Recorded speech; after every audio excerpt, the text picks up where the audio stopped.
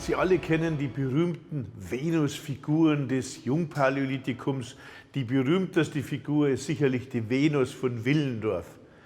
All diese Figuren datieren in das Gravetjahr. Das bedeutet in einen Zeitraum zwischen 23.000 und 20.000 vor Christus. Davor gab es bislang nur eine einzige Figur, die Figur vom Hohlefels, die datiert in das Aurynasjahr, in einen Zeitraum zwischen 40.000 und 34.000 vor Christus.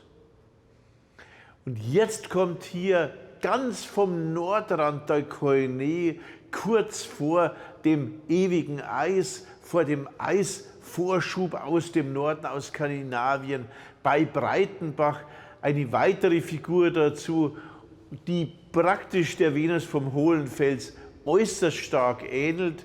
Und diese Figur ist aber nur in Bruchstücken überliefert, und zwar 2 Stücke der Oberschenkel und eine Brust. Sie stammt aus einer Art Elfenbeinwerkstatt und wir hoffen, dass wir dort bei Breitenbach noch weitere Stücke finden unter Tausenden von Elfenbeinstücken, die wir schon entdeckt haben. Diese Frauenfiguren stellen die älteste plastische Kunst dar. Und die vom Hohlefels, aber jetzt auch die vom Breitenbach, dürften die Vorbilder für alle späteren gewesen sein. Sie beweisen, dass Jahrtausende vor Willendorf schon solche Frauenstatuetten hergestellt wurden. Bei Breitenbach handelt es sich um eine Fundstelle, die bereits 1927 bei einer Ausgrabung entdeckt wurde und in der immer wieder geforscht wurde, zuletzt bis 2019 von den Kollegen aus Monrepos unter der Grabungsleitung von Olaf Jöris. Und diesen Kollegen gelang nun der Nachweis einer Siedeltätigkeit auf 10.000 Quadratmetern, das heißt auf 1 Hektar. Und einer Siedeltätigkeit, die immer wieder dort stattfand, vermutlich über Jahrhunderte in einer äußersten Gunstsituation, in einer Steppensituation, wo man fossiles Mammutelfenbein bekommen konnte, das schon die Neandertaler gejagt hatten, vorher, in dem Zeitraum vorher, in dem man aber sicherlich auch Mammuts jagen konnte, aber auch Rentiere, Pferde und andere Tiere, die dort eine große Rolle spielten. Eine Situation, in der man auch längerfristig, sicherlich monatelang, vielleicht manchmal sogar überjährig siedelte, um von dort aus Jagdzüge zu unternehmen. Und das Wichtige an dieser Situation ist, dass all die Höhlengrabungen, die so berühmt sind und so bekannt sind und die wir kennen bisher, uns eigentlich unzureichende Einblicke liefern. Denn in den Höhlen werden die Stratigraphien, werden die Siedlungshorizonte verwirkt, verschoben, verspült, sodass weder die Datierungen, wenn sie nicht naturwissenschaftlich abgesichert sind, noch die relativen Einordnungen immer gesichert sind. Man muss minutiös graben und es ist schwer, die Schichtzugehörigkeit zu rekonstruieren. Das ist ganz anders bei Breitenbach.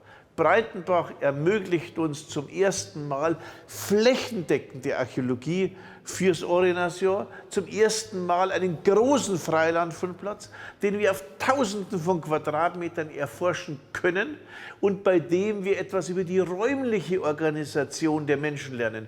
Wie standen ihre Hütten, wie waren die angeordnet, wie siedelten sie, wie oft kamen sie wieder, verschob sich diese Siedlung oder nicht?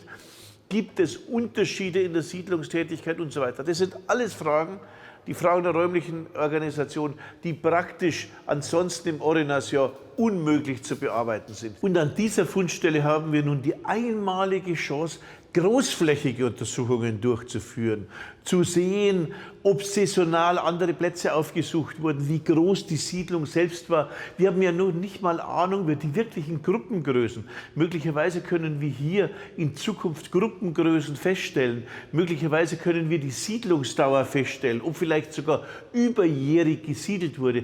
Wir können das Überleben in einer Freilandstation, in der Eiszeitbedingungen am Eisrand feststellen. Wir können feststellen, wie gewirtschaftet wurde. Und das alles stratifiziert. Wir können die verschiedenen Jagdaufenthalte, möglicherweise Sommer und Herbst, die können wir nacheinander stratifiziert auseinanderlegen und untersuchen.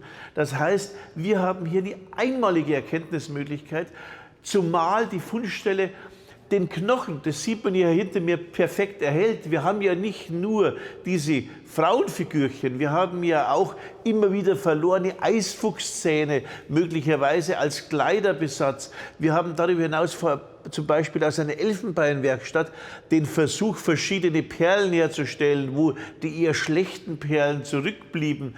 All das können wir hier verfolgen. Breitenbach ist also für die Zukunft ein ungeheures Forschungspotenzial, indem wir die zentralen Fragen nach den Anfängen des Homo sapiens am Rande des Eises in der nördlichsten Verbreitung, am nördlichsten Fundpunkt klären können, indem wir gleichzeitig den Beginn der Kunst, der modernen Kunst, wenn wir sagen, der Kunst des modernen Menschen haben, das können wir auch moderne Kunst nennen. Und all das sehen wir im Breitenbach und deshalb sind die weiteren Grabungen im Breitenbach so wichtig. Und deshalb ist diese eine kleine, scheinbar unscheinbare Vitrine hinter mir eine Vitrine, in der Sie die Explosion der Weltkunst, die Explosion der ältesten Menschendarstellungen, der ältesten Frauendarstellungen, indem Sie an einem kreativen Akt des Homo sapiens teilhaben können, wie Sie ihn sonst auf diesen wenigen Quadratmetern an wenigen Orten der Welt sehen können.